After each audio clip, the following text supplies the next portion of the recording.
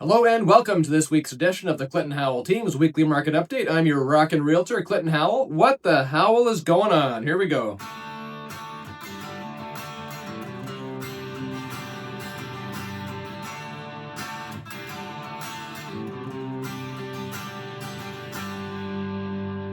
All right, so if the market's got you feeling blue, good news. I'm going to get you back on black.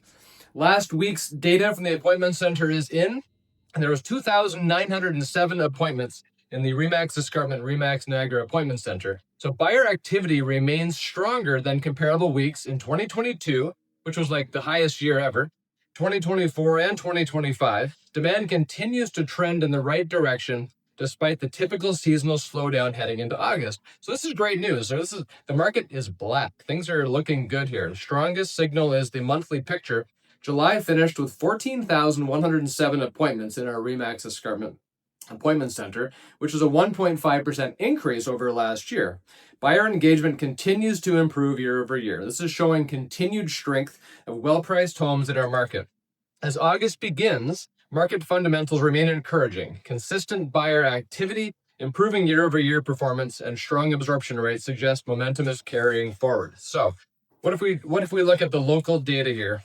What are we seeing? So in Burlington, we've seen the number of listings come down a bit week over week, and we've seen the number of sales for the past 30 days come down a bit. So the market has softened a bit compared to where it was, which is normal for this time of the year in the summer.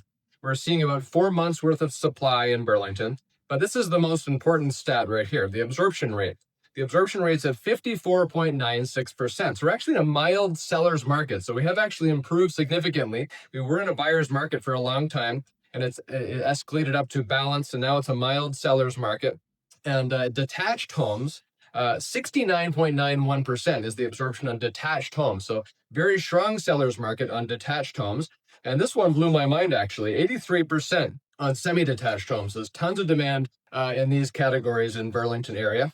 The median days on market is 26, and the cumulative days on market is 65. One also thing I'll note here is that we've got the lowest number of canceled listings last week compared to looking back months. So listing cancellations are reducing, which is also a sign of strength in the market. In the Hamilton area, again, listings are down a bit. Sales in the past 30 days are down a bit, consistent with the time of year. We've got about 5.5 months worth of supply in Hamilton, pretty high. 42.7% on the absorption. So we're seeing kind of a mild buyer's market still there, trending toward the balanced side of things. The townhouses actually seem to be the strongest category in Hamilton. The row houses at 48.39%. So they're tracking along at a balanced kind of a ratio. Median days on market is 29. Listing cancellations are also down in Hamilton. Based on the recent weeks, it's down. It's at the lowest it's been. Cumulative days on market is at 67%. In all of the areas, we're seeing generally a very slight price decrease from July, but nothing super noteworthy at all. In the Oakville area, listings are down a bit. Again, consistent. Sales for the past 30 days actually are up a little bit. And we're seeing the absorption rate has jumped up in Oakville to 57.86%. So a mild seller's market in Oakville across the board.